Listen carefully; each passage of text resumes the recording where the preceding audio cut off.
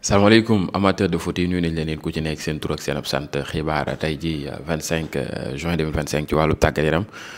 képp koo xam ne nag abonné go suñu chaîne YouTube yaa ngi seetaan abonné ñi nga xam ne abonné nañ ba pare tey seetaan like daal lañ leen di sas ngeen di wax seen xalaat di partager loolu dina am doon lu am solo pour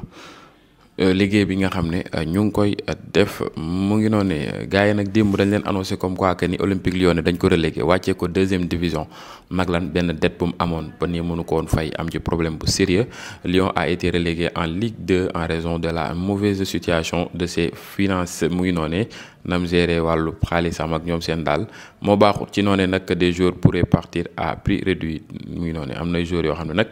mën nañ leen bàyyi ñu dem ci prix yombamaay waaw ku ci mel ni Malick Fofana ko xam kooku xam ne ni c'est un très grand joueur Corentin Tolisso malgré il prend l'âge Thiago Almada un très bon joueur lui aussi kookee noonu ko Miko Tadje aussi un très bon joueur le Géorgien nga xam ne attaquant bu mën a dugal la Moussa Niakhaté suñu sénégalais boobee waaye kookee ñu naan ko Niles moom it mu ngi ci biir gonek ancien joueur Arsenal bi waaye Lucas Perry mu ngi ci biir kookee ñu naan ko Sela Satar ñoom ñëpp ñu ngi ci biir te ñooñu ñëpp ay grands joueurs lañ yoo xam ne ni mën ngeen amee ci prix yu yomamaay ñu ngi xaar sama club Marseille ñoo moo ci waroon sóobu rek buub joueur yëpp yóbbu buub joueur yëpp ci yàlla Marseille buubut waaye Monaco muy buub nag dossier mag Ansu Fati léegi mu mat sëkk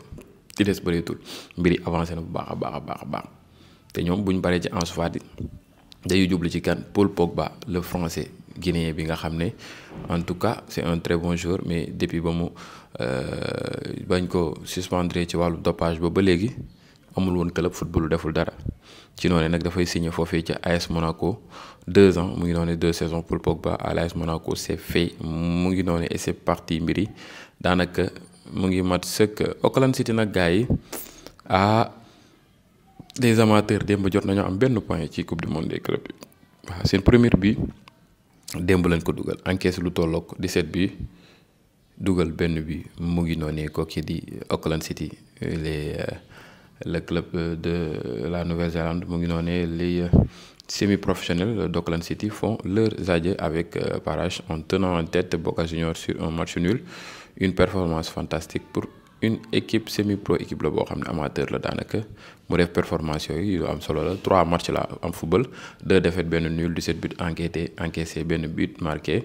mu ngi noonu kookee di Auckland City seen poule bi nag kookee di Benfica moo jël première am 7 points Bayern jël deuxième am 6 points waaye it Boca Juniors jël troisième am 2 points Auckland City jël quatrième am benn point mu ngi noonu Bayern nag Benfica dem moo ko mujjee dóor moo doon équipe boo xam ne ni Leroy Sané démb raté na gën di maami raté yoo xam ne ni daal bokk na ci lu leen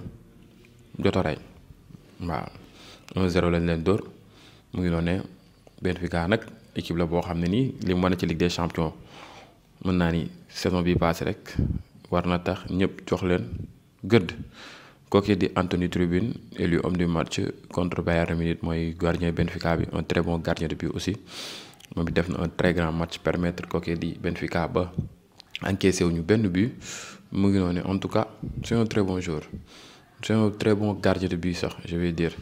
mu ngi noonu ngeen xamee ko noonu jóge foofee gars yi ñëw ci kan kookee di coupe du monde des clubs bi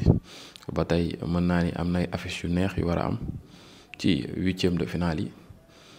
mu ngi noonu mu doon Paris Saint-Germain ak kookee ñu naan ko mën naa ni Inter de Miami waaye it yamaatuñu foofu kookee ñu naan ko mën naa ni Bayern Munich war a jàkkaarloog kookee ñu naan ko Flamengo yamaatuñu foofu Benfica war a jàkkaarloog Chelsea kookee ñu naan ko Palmeiras nag war a jàkkaarloog kookee ñu naan ko Botafogo mu doon match yoo xam ne nar na neex yëngu pour le moment yooyu ci 8e de finale moo jotagum war a am ñu ngi xaar yi des nan la war a mën a demee en tout cas dina jéggi dayo daal xam naa ne dina doon match yu yéeme nag Chelsea bu ñoom Nicolas Jackson démb 3-0 lañ doon Espérance de Tunis Delap nag moom dugal na bii bu rëy bii boo xam ne nii primo attaquant la ñu bëri nag ñu ngi naan c'est fini pour Jackson yéen da nga yaakaar ne maanaam gars yi wéev la ñuy seetaanee match wala novelas Jackson apport bi muy apporté li muy apporté Chelsea joueurs yu ko fay apporté bëriwul dañoo foog ne Jackson dugal rek la war a def mais Jackson il délivre des passes décisives dafay contribuer ci jeu bi Jackson double rôle la ak am actuellement Chelsea waaw parfois yenn absence yi nga xam ne Palmer da koy def sax da koy combler en étant attaquant pointe dafay participer bu baax a baax ci bi ba pare ci teg pressing défense adverse loolu day libérer yeneen joueurs yi ñu mën di illustrer wu c'est que Chelsea lu mu dugal encaissé ko waaw bu demee dinañ mën a xam importance am. Delap ouvre son compteur avec Chelsea alors qu'il rejoint Flamengo en huitième de finale la ñu war a dajanteel mu ngi noonu Chelsea ak kooki di Flamengo huitième de finale coupe du monde des clubs dama juum Flamengo moom lañ mujjee ki comment dirais-je huitième de finale du coupe du monde des clubs Benfica Chelsea la mu ngi noonu ñoom dañoo rejoindre Flamengo ci mën naa ni poule bi ñoom ñoo jël deuxième place kooki di Chelsea en tout cas. Ils ont une très belle équipe vraiment ils ont une très belle équipe mais nag loolu taxul ñu war a mën a jël kookee di mën naa ni Nicolas Jackson pour ko sànni carrément naan ay mbiram jeex nag yàqu na non waaye gars yi Liverpool ak recrue yu mu def nii yëpp jamono ji yëpp parewul sax pour arrêter actuellement waaw parewul pour arrêter actuellement Liverpool dafa bëgg a dépenser waat lu tollu 200 millions de livres sterling yoo xam ne da koy dolli ci mën naa ni mercato bi mu jot a def dolliwaat yeneen yoo xam ne ni daal dana leen permettre ñu mën a am yeneen joueur top mondial mu ngi doon Liverpool pourrait encore dépenser 200 millions d'euros 200 millions de livres sterling supplémentaires sur le marché cet été tout en restant conforme aux règles PSR dañuy bëgg nag li ñuy jënd lépp ak xaalis bi ñu dépensé bëgg nañoo tamit des ci règle bi bañ a dérégler bañ a jaar foo xam ne daal après da leen ni indil problème ci wàllu fair play financier bi mu ngi noonu ki nga xam ne nag jamono ji Al Nassr bàyyi na ko mu dem muy Sampaoli nga xam ne daanaka ay mois la def Al Nassr Chris nag wakkoon na ci ñi danoon toog a tax bëgg coach bi dem ak yeneen joueur coach bi dem moom it génn na ba remercier coach bi encouragé ko si jaloore yi mu fa def mu ngi noonee mais nag bu ñu waxantee dëgg rek Al Nassr coach yi duñ fa am temps quoi pour mën a illustrer saa ñu demee bay war a liggéey dara rek ñu dàq leen après li ñu war a def dëgg duñ ko mën a def mu ngi noonu ñu ngi xaar mbiri na la nar a defee ak nan la naka la gars yi Luka Modric nag moomee nag dafa dem rejoindre AC Milan saison bi bu jeexee si coupe du monde des clubs bu jeexee ak Real Madrid dafay dem rejoindre AC Milan mi di s'est fait un accord verbal est déjà en place et la visite médicale aura lieu après le tournoi visite médicale nag dina am après tournoi coupe du monde des clubs bi accord verbal am na ci mbir mi daanaka lépp mat na sëkk mu ngi noonu ngeen xamee ko noonu waaye c'est fait gars yi Johnny Cardoso mu ngi noonu 2001 la judd dafay dem foofee ca Atlético Madrid contrat 5 ans la fay signé transfert à plus 30 millions pour le milieu Betis Séville mooy Cardoso moom ñu ngi xaar nu mu war a mujjee ak Atlético Madrid en tout cas c'est un très bon milieu de terrain en tout cas joueur bu baax la daal loolu moom ñi seetaan Betis Séville si saison bi passe surtout contre équipe yu mag yi ak loolee di Europa Conference League bi di nga xam ne joueur la boo xam ne daal am na avenir te it am na talent Noah Darwish nag xam nga daaw ci mercato été bi passé man maa ngi leeraloon que ni dafay jógee foofee ca Allemagne dem rejoindre Espagne club boobee di FC Barcelone dafay delluwaat nag Allemagne ci benn club bu ñu naan Stuttgart mu ngi ci yoonu dem foofee nag et sur le point de recruter sur le point d'aller foofee ca Stuttgart Darwish en provenance du FC Barcelone. Le joueur de 18 ans signera un contrat jusqu'en 2029 moom nag dafa war a signer foofu contrat ba 2029 kon nekk 18 ans la am 2006 moom la juddu la Barça ne disposera d'aucune clause de rachat dans l'accord et aucune clause libératoire ne sera incluse. Le club recevra également ce qui est décrit comme une petite somme pour le numéro 10 né en 2006 kooku ñu naan ko Noah Darwish Barça nag du ci def inclure benn clause de rachat maanaam jaay ko pare ëllëg boo ko bëggee am ko ci anam bu yomb ci noonu nag Barça fas yéenewul def loolu waaye du ci inclure tamit benn clause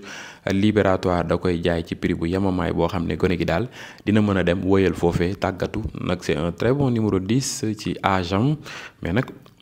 il peut beaucoup s'améliorer il peut beaucoup travailler aussi mën na gën a liggéeyaat nag football mondial moom niveau bi dafa gën a kawe da ngay gën a yokk sa niveau pour mën a atteindre benn niveau bu sommet sa kaw a kaw nag 18 ans moom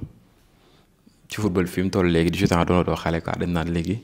dëgër nga majeur nga et tout mu ngi noonu àdduna daal mooy doxee noonu lépp a gaaw léegi précocité yi dafa bëri léegi âge record de précocité yi ñiy précoce gone yi dañuy jeeg saay toll benn niveau boo xam ne ci seeni 17 ans 18 ans da la wër na yow ba nga ci toll yaa ngi fooy wala yaa ngi uti darkase yaa ngi joué égat non 18 ans joué ma ci égat 18 ans boobu maa ngi compété championnat Sénégal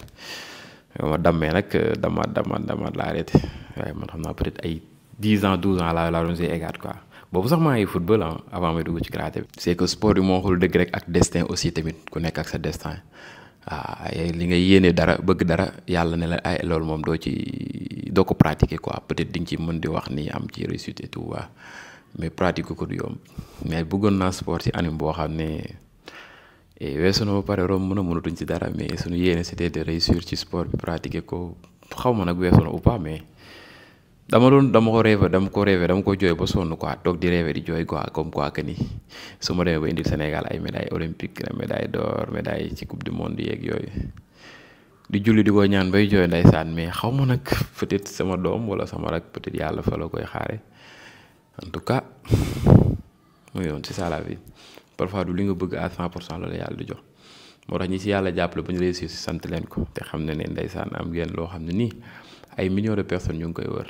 mënuñu ko am mais yàlla baax na yàlla waxul kenn dara lépp dina baax incha allah. Kalimano gars yi Kalimano bokk ne veut pas rejoindre Chelsea malgré les rumeurs de transfert moomee nag bëggul dem Chelsea ak coow yi am ci transfert am foofee yëpp man ne ko boo demee perte de temps la nga am ñaari attaquants yi nekk foofu Nicolas Jackson ak Delap. Je ne pense pas que ni Chelsea na ko jënd il souhaite rendre son prêt à la Juventus de Turin définitif et le Paris Saint-Germain réclame 45 millions d'euros moom nag dafa bëgg aale bi ñu ko àll Juventus mu mujjee doon ab jaay Paris nag mu ngi laaj lu toll ak 45 millions d'euros moom lay laaj ci kooki di Calimioni le français mu ngi noonu l'ancien joueur de Cologne kooki ñu naan ko Julien Stéphan ancien entraîneur Stade Rennais bu ñoom Ismaïla Sarr jamono jooju mu ngi noonu ay ñoom Rafinha jamono jooju. ay ñoom Sékou Guirassy jamono jooju moomee nag mën naa ni dafa signé foofee ca club anglais boobu ñu naan ko QPR mu ngi noonu nekk deuxième division foo la kookee di Seny Dieng nekkoon ay jamono fa lañ ko xamee ñu bëri la gardien de but sénégalais gardien espagnol boobee nag ñu naan Kepa Arrizabal nekkoon Chelsea jaar Real Madrid Athletic Bilbao yëpp jaar na fa moom nag dafay dem signé foofee ci Arsenal les Gunners lèvent la clause de seulement de 5 millions d'euros pour le portier espagnol ki doon jar 70 millions d'euros doon gardien de but bi gën a seet ci histoire gardien football mondial moo dem bay jar 5 millions d'euros kon àdduna daal loo gis rek jamono la xoolal jamono yi lam jaroon ak jamono yi lim jar bu la dara jaral yëkkati sa bopp ci niveau boo xam ne jàpp na ne yow doo mës a wàcc wala yow kase la xamal ne tôt ou tard keneen day ñëw yow nga dem mu ngi noonu àdduna demee noonu c'est ça la vie. Naples nag ak le PSV Eindhoven am nañ accord ci jënd kooku di Noah Lang mu ngi noonu l'Hollandais 25 millions d'euros nag lañ ko bëgg a jëndee jox ko salaire bu 2,5 millions d'euros kon gu am talent la. waaw am talent la Naples nag jël na championnat bi waaye dafay defaru pour Ligue des champions bi di ñëw jéem ci wayal wane boppam bu baax a baax gars yi kooku di Lalana nag ancien joueur Southampton ancien coéquipier Sadio Mané muy Southampton ba ci Liverpool moomee nag dafa jël retraitam ci wàllu football bàyyi football ci ay 37 ans mu ngi noonu teel na ko jël nag jéem a jublu ci peut-être leneen ci yenn carrière am kooku ñu naan ko Lalana un pas de gauche très talentueux mais mu ngi noonu c'est ça la vie. Il faut l'accepter et passer à autre chose à kooku naan ko Ibrahimovic Arjan Ibrahimovic mu ngi noonu ni FC Hoffenheim lañ ko aale sous forme de prêt en provenance de Bayern Munich moo ko aal Hoffenheim mu ngi noonu 2025-2026 la fa war a toog milieu offensif de 19 ans et prêté jusqu'en 2026 kone googee nag dañ ko aale foofee Hoffenheim ba 2026 un milieu de terrain ñu ngi xaar mbiri na la nar a mujje ak naka la mu ngi noonee ngeen xamee ko noonu Youssouf Moukoko nag va prendre la direction de Copenhague gonek origine camerounaise boobee nekk foofee ci Allemagne Dortmund dañ amoon ay problème âge ak ñoom seen moomee nag dafay dem rejoindre club boobee ñu naan ko Copenhague mu ngi noonee on doit croiser les doigts pour que ce talent brut trouve son niveau au Danemark nag ñëpp a ngi yéene ndeysaan mu gisaat niveau mais actuellement vraiment kenn gisatul niveau bi nga xam ne fa lañ ko xamee woon kooke ñu naan ko Moukoko nag c'est un très bon joueur mais nag problème âge yi ñu ko doon toppee di ko sonal am jaay joxal jóob bi demal ñëw loolu bokk na ci li ko gën a pénaliser sonal ko ba tax nag niveau bi ñu ko doon xaaree sax gisuñu ko et c'est malheureux pour lui espérons que ça revienne mu ngi noonu ngeen xamee ko noonu waaye gars yi Nico Williams gars yi a informé son désir de rejoindre le FC Barcelone wax na ko Athletic Bilbao neen damay dem Barça saaga yi mu ngi koy jot lu ne mu ngi koy kii waaye lijjanteetul dara actuellement yéene mooy dem Barça mu ngi noonu Athletic a enregistré le plan Nico Williams mais ne sont toujours pas ouverts au versement mu ngi noonu ñoom ba tey bëgguñu gars yi versement insistant sur la clause libératoire complète ñoom nag dañoo bëgg ñu fay leen clause libératoire lépp muy 58 millions d'euros bëggul Barça di ko def ay pàcc Barça nag pare na pour fay mbiri mu ngi noonu te it nee na dina mën a enregistrer kooku di Nico Williams l'accord verbal entre le Barça et Nico Williams jusqu'en juin 2031 pour 7 sur 7 ba 8 millions d'euros bokk bi mu war a fayeeku salaire net mu ngi noonu comme révélé mais Bayern minute moom nee na bàyyiwul waaw ba tey continuer na di insister ci Nico Williams bay teg lu tolloog 12 jàpp 13 millions d'euros salaire net pour mën a jël gone googu ñu naan ko mën naa ni Nico Williams mu ngi noonu waaye Athletic Bilbao daal informé ne waa Barça que ni 58 millions d'euros da ngeen koy fay fixe mu jeex tak amul ay pàcc par pàcc non wala lu ko mooy duñ leen jaay gone googu ñu naan ko mën naa ni Nico Williams kooku di FC Barcelone nag gars yi xam nga Rashford daf doon wax comme quoi que ni même bu dee Nico Williams dafay dem rejoindre Barça sax moom pare na pour dem rejoindre Barça di mën a football ci couloir bi ñu ko fa soxlaay waaye ci pointe mën a football comme avant-centre ci noonu nag Barça demoon na ba benn moment bërki démb leeral comme quoi que ni Nico Williams actuellement c'est une priorité number one mais actuellement ibbeeku na Barça pour mën a discuter ak kooke ñu naan ko Rashford ibbeeku na pour mën a discuter ak Rashford d'après Sereginto mu gën di leeral li ni mel xamuñu nag Barça dafay continuer discussion boobee def ak moom boole ko Nico Williams am ko ak Rooney ba Rooney moomee nga xam ne démb ñu ngi leen ko doon annoncé xaw ma nag nan lay boolee dossiers yooyu yëpp mais en tout cas ci mercato bi ñoom daal pare nañ pour jënd ay joueurs yu bëri ngir indi leen seen attaque bi ba ci milieu terrain bi défense bi peut-être moom lañ recruté wul te loolu tamit danger la nag Barça daaw boo xoolee lu mu dugal encaissé na ko surtout si fin saison bi te loolu alerte la war a doon ngeen war a mën a defarwaat bu baax a baax seen défense bi lu ko mooy lu ngeen dugal leen ko encaissé te loolu amul chance da ngeen sonal seen attaquant yi rek ñu def fournir ay effort yu bëri ak milieu terrain défense bi di yàq lépp mu ngi doon ne gars yi loolu nekkoon xibaar tey 25 juin 2025 ci wàllu tàggat yaram képp koo xam ne yaa ngi may seetaan abonné ko sama chaîne YouTube bu ko taay abonné ngay liker di commenter di partager ba beneen yoon ci yeneen vidéo merci à vous jaa ngeen jëf sama gars yi